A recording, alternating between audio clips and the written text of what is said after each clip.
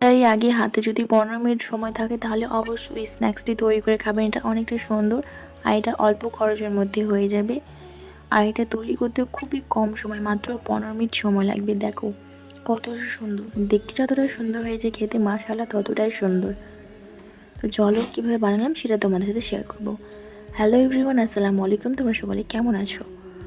তো দেখো প্রথমত আমি আলুগুলোকে ছোটো ছোটো টুকরো করে কেটে নিয়েছি, ওগুলোকে সেদ্ধ করতে দিয়ে দেবো। আর এদিকে আমি বেসনের পাতলা একটা ব্যাটার তৈরি করব।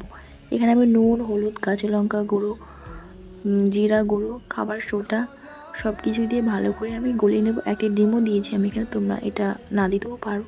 তারপর অল্প অল্প জল দিতে ভালো করে একটা ব্যাটার তৈরি করতে হবে। খুব খুব পাতলাও হবে না, খুব গাঢ়ও হবে না, ব্যাস এরকমটা হবে। তারপর এখানে আমি লম্বা লম্বা পাউরুটি নিয়েছি, এগুলো মিডি বরাবর কেটে নেব। পাউরুটিগুলো কাটা হয়ে গেল। এদিকে আমি সেদ্ধ করা আলুকে ভালো করে মশলা দিয়ে মাখিয়ে নিতে হবে। আমি এখানে ধনিয়া গুঁড়ো এবং লঙ্কা গুঁড়ো আর কাঁচা ধনিয়া গুঁড়ো দিয়েছি। আর এখানে আমি দিয়েছি চাট মশলা, তোমরা এটা মানে না দিতেও পারো, ম্যাগি মশলাও দিতে পারো। এটা হচ্ছে চাউমিন মশলা। তো যাই হোক, আমি মশলা টশলা দিয়ে ভালো করে আলুটাকে মাখিয়ে নিয়েছি। এইদিকে আমি কড়াইটা গরম করে একটা একটা করে পাউরুটি দিয়ে একটু করে সেঁকে নিতে হবে অল্প অল্প তেল দিয়ে। তারপরে আলুটাকে এভাবে গায়ের উপরে লাগিয়ে একটা পাউরুটির উপরে আর একটা পাউরুটি ভালো করে জড়িয়ে দিতে হবে। তারপরে বেসনে চুবিয়ে এটাকে হালকা আঁচে ভেজে নিতে হবে। তো সত্যি এটা ভাজতে মাত্র 1.5 মিনিট সময় লেগেছিলো আমার। আর এটা খেতে যে এতটা সুন্দর হয়েছে বলার মতো না।